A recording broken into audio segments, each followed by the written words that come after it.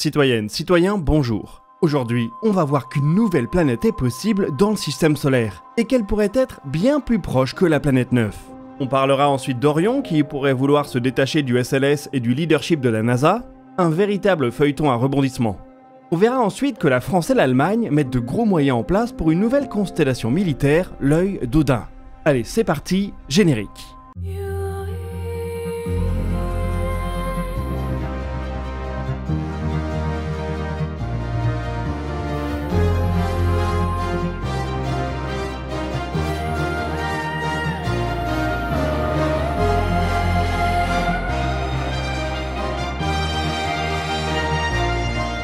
Bienvenue dans DNDE, l'émission qui vous résume l'actualité spatiale tous les mardis à 18 h.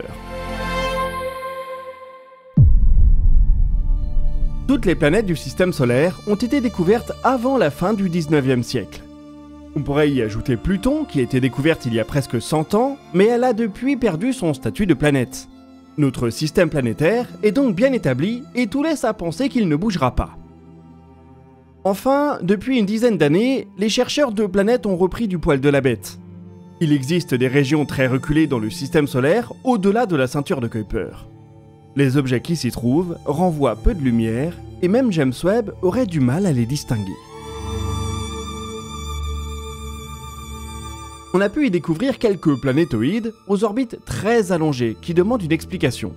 On sait que ce n'est pas Neptune qui a déformé leur orbite, car même sur leur point le plus bas, elles passent très loin de la géante de glace. Ces orbites semblent en plus afficher une préférence directionnelle, et certains chercheurs pensent que c'est le signe qu'une autre planète rôde à grande distance du Soleil, la fameuse planète 9. Elle a ses partisans et ses détracteurs, et avec un peu de chance, elle devrait être découverte ou définitivement réfutée d'ici 1 an ou 2, grâce notamment à l'observatoire Vera Rubin. Ce dernier devrait aider à découvrir de nouveaux objets transneptuniens, et donc à voir si leur orbite correspond toujours à l'hypothèse d'une planète 9.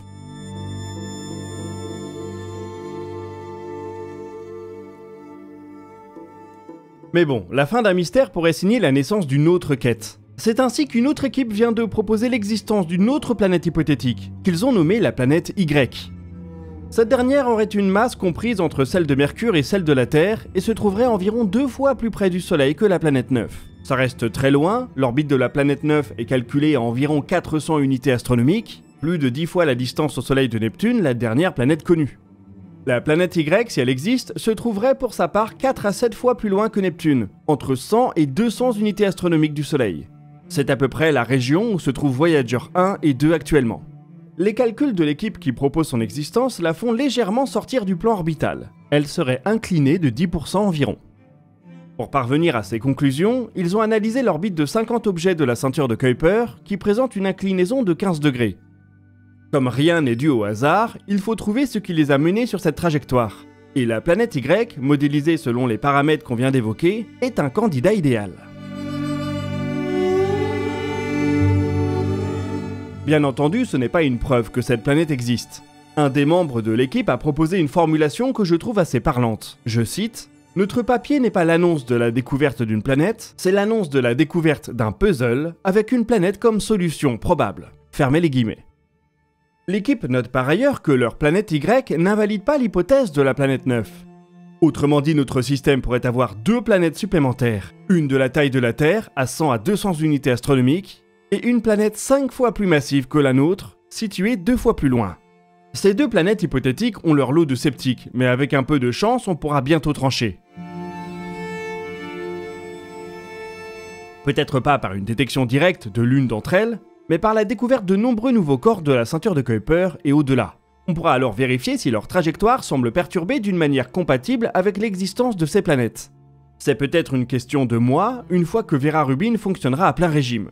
Pour le moment, on sait que le télescope devrait commencer son relevé systématique du ciel fin 2025, ce qui devrait donc être très proche. En cas de découverte, on rêverait bien sûr d'une mission d'exploration, mais il ne faut pas trop rêver. 5 à 10 fois plus loin que Neptune, ce sont des distances que les sondes Voyager commencent tout juste à couvrir, et elles ont été lancées en 1977. On commence tout juste à discuter de nouvelles missions dédiées à Uranus et Neptune, et ces dernières prendront quelques décennies à porter leurs fruits, entre développement et voyage. L'exploration de planètes plus lointaines, si elles existent, ne se feront donc peut-être pas de notre vivant.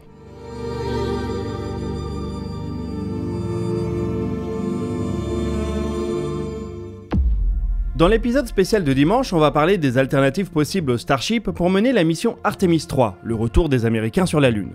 Si les USA veulent battre les Chinois dans cette nouvelle course, c'est une conversation qui apparaît de plus en plus nécessaire. Mais ce n'est pas la seule évolution qu'on pourrait voir dans le programme. Le Starship, c'est censé être l'atterrisseur. Pour amener des équipages sur la Lune, il faut également un vaisseau, Orion, et sa fusée, le SLS. Tous deux sont mariés. La NASA souhaitait à l'origine utiliser le SLS pour d'autres missions que les lancements d'Orion, mais cela ne s'est pas fait. De même, Orion ne devrait servir à rien d'autre qu'Artemis. On a donc une fusée et un vaisseau, tous deux très capables et très spécialisés. Je doute qu'ils connaissent ensemble plus d'une dizaine de missions sur la totalité de leur exploitation. À moins que l'un d'entre eux pivote. Lockheed Martin semble en effet ouvert à l'idée de transformer la destinée de son vaisseau. L'entreprise a évoqué la possibilité de lancer Orion sur d'autres fusées que le SLS. Il serait prêt à transformer les vols en un service que la NASA pourrait acheter sur étagère.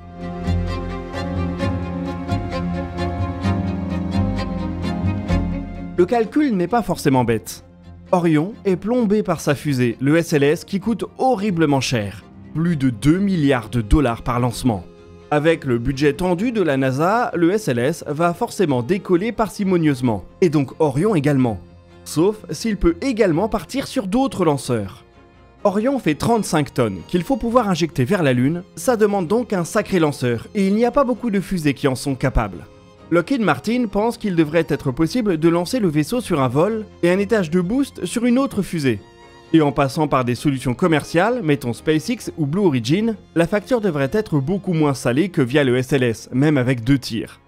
L'entreprise pense également faire des progrès sur la réutilisation.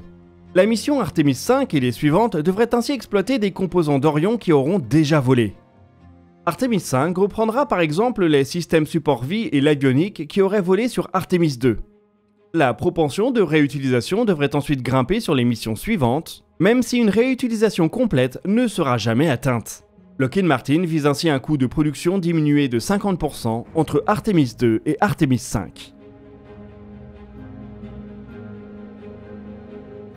Des lancements moins chers et un vaisseau moins cher, c'est tout ce qu'il faut pour s'accommoder du nouveau budget de la NASA. Et tant pis pour Boeing et le SLS qui n'auraient définitivement plus grand chose pour justifier leur fusée. On pourrait même imaginer qu'Orion se trouve d'autres destinations que la Lune. Avec un Starliner toujours empêtré dans ses tests, le vaisseau de Lockheed Martin pourrait peut-être même se trouver une carrière en orbite basse dans une version plus light. On voit en tout cas bien que les méninges se creusent pour faire face aux réalités budgétaires de la NASA et aux progrès chinois. Je pense personnellement qu'Artemis va connaître des évolutions majeures, et peut-être même avant Artemis 3. En février prochain, après Artemis 2, il sera en effet temps de se demander qu'est-ce qu'on fait vraiment maintenant. Et puis, il faut toujours qu'on détermine qui va se poser ces questions. L'administrateur actuel de la NASA, Shane Duffy, est intérimaire. Son rôle est censé être limité dans le temps. Même si l'administration Trump 2 a eu presque 1 an pour choisir un administrateur général, la conversation s'éternise et fait des zigzags. Dans un premier temps, c'était Jared Isaacman, un entrepreneur proche d'Elon Musk qui était pressenti pour le poste, mais il a rapidement été écarté.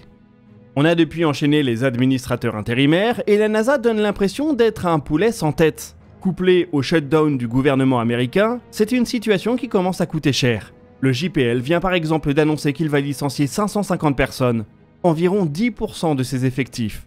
Le budget 2026 toujours pas clair et les craintes sur la mission de retour d'échantillons martiens sont évoquées. Beaucoup d'autres missions pourraient se retrouver annulées de facto par simple absence de direction et de budget. Une tragédie politique qui pourrait avoir des conséquences scientifiques incommensurables. La situation a des airs de feuilleton télé interminable et le dernier retournement de situation ne va pas arranger les choses. Jared Isaacman a en effet participé à un nouvel entretien pour le poste. Pas beaucoup de communication à ce sujet de la part de l'intéressé ou de la Maison Blanche, mais tout porte à croire que cette dernière pourrait revenir à son plan initial, une NASA dirigée par Isaacman. Au point où on en est, il est inutile de trop spéculer avant d'avoir plus de certitude. Les sables sont mouvants sous le fauteuil du patron de l'agence spatiale américaine.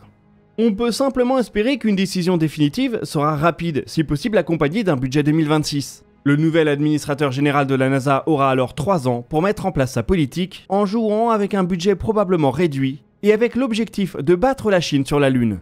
À mon humble avis, on flirte avec une mission impossible. Ce qui est certain, c'est que la perte de temps actuelle joue contre les Américains.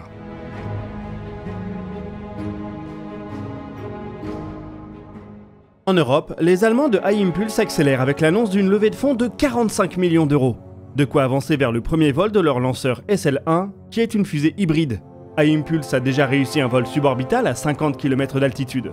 Et il faut maintenant franchir l'étape cruciale du vol orbital, ce qui n'a jamais été fait avec de la propulsion hybride.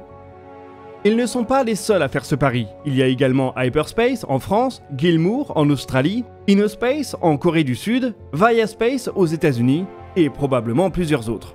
Tout le monde exploite des technologies différentes et c'est assez stimulant de voir les différentes idées qui sont apportées pour enfin rendre la propulsion hybride orbitale possible. High Impulse va en tout cas avoir les moyens de leur vision. SL1 est une fusée qui doit faire 33 mètres de haut pour 600 kg de charge utile. Leur moteur exploite un unique réservoir d'oxygène liquide qui alimente 8 cylindres de carburant solide. C'est ce qui donne cette forme carrée très particulière au bas de leur premier étage. C'est un moyen d'augmenter la surface de combustion et peut-être même de faire un peu de contrôle d'attitude en jouant sur l'alimentation en oxydant des différentes chambres de combustion. L'Uniospace allemand est en tout cas en pleine forme, que ce soit Isar, High Impulse ou RFA. Les trois entreprises devraient nous proposer des vols en 2026 ou 2027. On parlera bientôt sur la chaîne des idées des Français d'Hyperspace qui n'ont rien à envier de ce qui se passe outre-Rhin ou n'importe où dans le monde.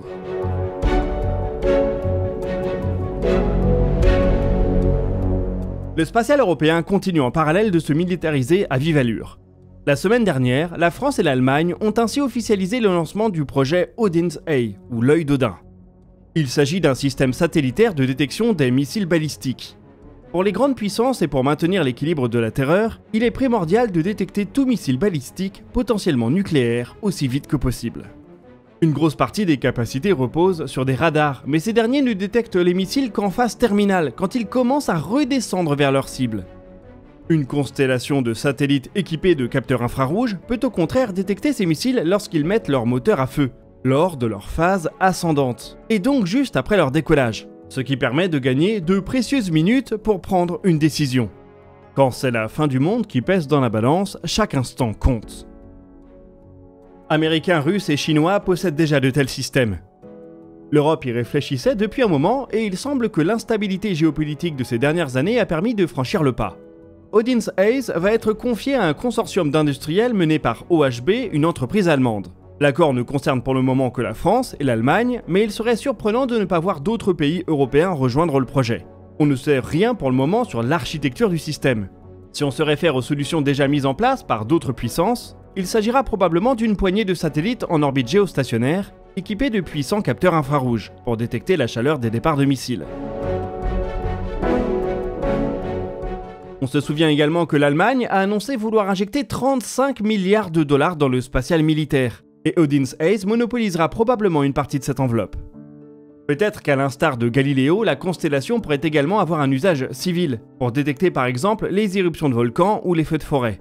On n'a pas encore de date de mise en service, mais c'est très certainement quelques nouveaux contrats qui vont finir dans la poche d'Ariane 6. Le lanceur lourd européen est finalement promis à une carrière assez fructueuse.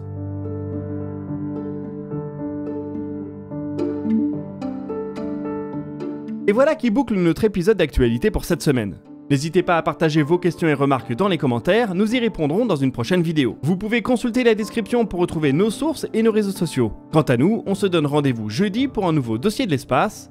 Et d'ici là, citoyennes, citoyens, portez-vous bien.